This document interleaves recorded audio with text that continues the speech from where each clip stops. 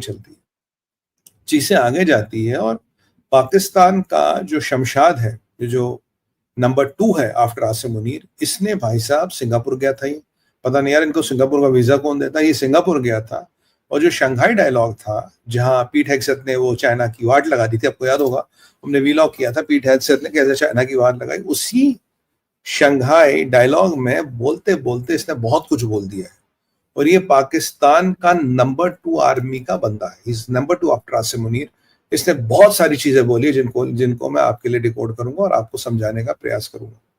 यहाँ ये एक इंटरनेशनल फोरम में जाके मिलिट्री की यूनिफॉर्म पहन के खुलेआम धमकी दे रहा, खुलेआम अपने जिहादी एजेंडा को बता रहा। अब इसने क्या बताया क्या नहीं बताया ये अभी मैं आपको बताऊंगा, बट शंघाई डायलॉग एक इंटरनेशनल फोरम है, इट्स लाइक रायसीना डायलॉग। उससे मुझे लगता है रायसीना डायलॉग तो उससे बड़ा है, पर उसके लेवल का है। सिंगापुर एक इंटरनेशनल धरती पे होता है, वहां मिलिट्री की यूनिफॉर्म लगा के ये धमकी देता है। क्या धमकी देता है, क्या क्या इसने मेन चीजें बोली, वो मैं आपको बताऊंगा। और ये अब उन सब मिथ्स को दुनिया के लिए, हमारे लिए और दुनिया में अगर कोई भी सोचता है ये सुधरेंगे या बदलेंगे, वो सब मिथ्स आर गेटिंग शैटर्ड।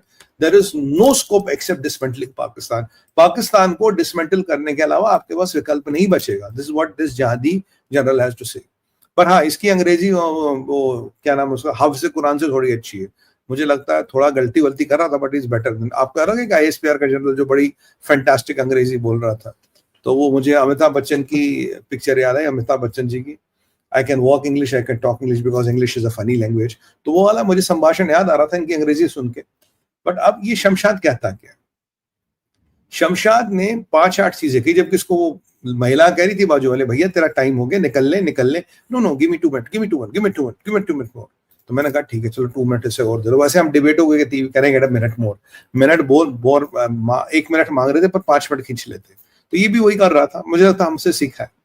चलो पाकिस्तानी तो हर चीज नकल करके ही सीखते।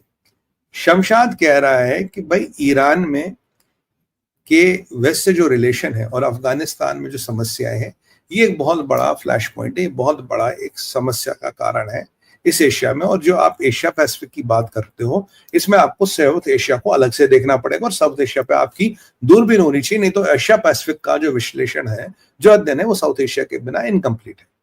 दूसरा ये कह रहा देखो भाई साहब, कश्मीर जो है, कश्मीर नॉन नेगोशिएबल है। बिल्कुल ये कह रहा कश्मीर नॉन नेगोशिएबल है। गई सारी चीजें तेल लेने, पहले आसिम मुनीर ने कहा वाइस चांसलर को एड्रेस करते हुए, अब शमशाद कह रहा है सिंगापुर में शंघाई डायलॉग में कश्मीर नॉन नेगोशिएबल है, कश्मीर पे कोई बातचीत नहीं होगी। इंडियन आर्मी ने जो अभी अटैक किया, जो एग्रेशन दिखाया, वैसे तो हमने बड़ा कंट्रोल किया, जाती कह रहा हमने बड़ा कंट्रोल किया, तो इंडियन आर्मी ने एग्रेशन, हमने बहुत संयम दिखा, नहीं तो तुम क्या उखाड़ लेते अल्लू के पट्टे, क्या उखाड़ लेता, तो हमने दिखाई ना तेरी औकात कितनी है और तेरे चाइना की औकात कितनी है, हमने बड़ा कंट्रोल किया, नहीं तो न्यूक्लियर थ्रेशोल्ड पे बात पहुंच जाती। हम न्यूक्लियर वही न्यूक्लियर की बोगी, न्यूक्लियर। अब ये कह रहा है कि इंडिया ने जो अटैक किया वो बेगुनाह थे, वो जिन पे मिसाइल और जिन पे बम बसा वो बेगुनाह, वो सिविलियंस थे। और पहलगाम में सिविलियंस मरे, हमें उनका दुख है, और हमारे यहाँ भी सिविलियंस मरे, हमें इनका दुख है। मैंने आपको यही बोला था, जो कोलंबिया कर रहा था, दैट वाज कॉलिंग, देखे तभी मैंने कोलंबिया वाला जब बात की थी, मैंने कहा it's called hyphenation of death, कि आपके यहाँ 26 मरे, हमारे यहाँ 200 मरे, तो आपकी 26 के लिए हार्दिक संवेदनाएं, हमारे 200 के लिए हार्दिक संवेदनाएं।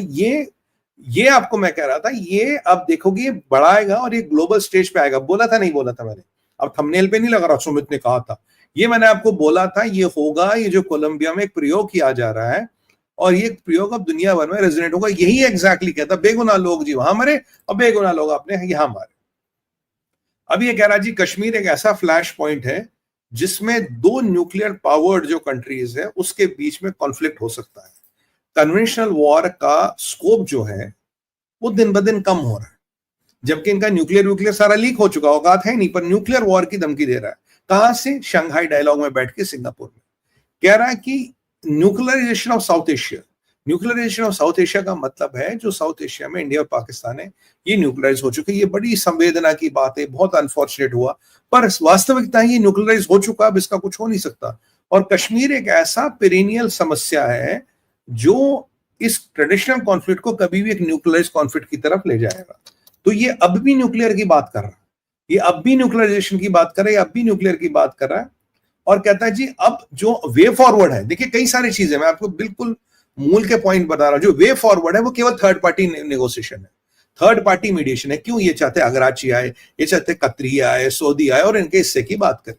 तो जो भारत का स्टैंड बिल्कुल क्लियर है, कोई थर्ड पार्टी नेगोशिएशन नहीं होगी, कोई थर्ड पार्टी मीडिएशन का तो भारत ने प्रावधान ही नहीं रखा। We are not even bloody interested in that. तो ये थर्ड पार्टी वाली कहां गई? कह रहा है एक ही वे फॉरवर्ड है, न्यूक्लियर आर्सेनल है, कन्वेंशनल वॉर का स्कोप नहीं है, तो अब एक ही प्रावधान आगे वो है कि आप थर्ड पार्टी मीडिएशन करो, अन्यथा बात नहीं बनेगी। और एक और इसने बोला जी अभी हमारे बीच में क्या है? अगर दो न्यूक्लियर पावर देश है, अगर उनको कॉन्फ्लिक्ट होता, कुछ होता, हमारे बीच में क्या है? कह रहा बस एक डीजीएमओ हॉटलाइन है, उसके अलावा हिंदुस्तान और पाकिस्तान के बीच संपर्क नहीं है। ये क्या हिट कर रहा कि ये मतलब इनका फॉरेन मिनिस्टर हमारे फॉरेन मिनिस्टर से, इनके प्रधानमंत्री हमारे प्रधानमंत्री से उस लेवल पे बात नहीं हो रही, केवल डीजीएमओ लेवल पे बात हो रही है। अगर वहां बात नहीं बनी तो फुल फ्लेजेड न्यूक्लियर कॉन्फ्लिक्ट हो जाएगा। ये न्यूक्लियर की बोगी जो शंघाई डायलॉग में रेज कर रही है, दुनिया भर में एक मैसेज जा रहा है। इसका क्या मैसेज है आपको बताऊंगा, और मेरा एक और प्रेडिक्शन सही होने वाला, अभी आपको थोड़ी देर में बताता हूं। तो जो कोलंबिया मैंने कहा था, कोलंबिया प्रयोग है, Colombia is not incident, they are not stupid, they know exactly what they are doing, but किसके कहने पे कर रहे हैं? सवाल इतना। उन्होंने स्टेटमेंट वापस लिया। अभी आऊं तो ये शमशाद की असली परतें खुलेंगी, इसके कपड़े उतरेंगे, अभी ये जहादी अपना असली रंग दिखाएगा। अब इसने बोला जी कि हमारे डीजीएमओ के बाद कोई वो नहीं, अगर डीजीएमओ पे बात नहीं बनी तो सूदा न्यूक्लियर वॉर। मतलब अगर डीजीएमओ से नहीं बनी तो एक न्यूक्लियर फ्लैश पॉइंट और एक न्यूक्लियर वॉर साउथ एशिया में होगा, और उससे पूरा एशिया पैक और पूरा दुनिया इंपैक्ट होगा। एशिया पैक की अब ये थोड़ी हालत खराब करा, अगर यहाँ न्यूक्लियर वॉर हुई, तुम्हारी बेटा वाट लगने वाली, तुम इंपैक्ट हो गया, हमारा दुनिया इंपैक्ट होगा। अब इसने एक और बड़ा खतरनाक जो वर्ड यूज किया है, वो बड़ा इंपॉर्टेंट है। ये वर्ड यूज करता है, threshold escalation of a nuclear war has been substantially lowered.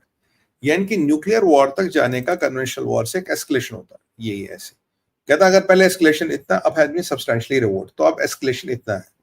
तो ये जो अभी भारत का एग्रेशन रहा है, इस भारत के एग्रेशन के बाद जो कन्वेंशनल वॉर से न्यूक्लियर वॉर की परिस्थिति है, वो सब्सटेंशियली लोवर्ड है। एस्केलेशन जो बीच में जो जगह, इसको कम कर दिया भारत ने। भारत के अंडू के एग्रेशन ने, जिसने औरत और बच्चे मारे, उससे ये कम कर दिया भारत ने। यानी कि ये कह रहे हैं कि अगर कल को कुछ हो जाए, देखो हमने शंघाई डायलॉग में बोला था कि भाई ये एस्केलेशन बहुत कम है, अगर आपने किया तो ठीक है, हम तो बोल चुके। तो ये एक पाकिस्तानी मिलिट्री का नंबर 2 बंदा आपको कह रहा, the threshold of escalatory war has substantially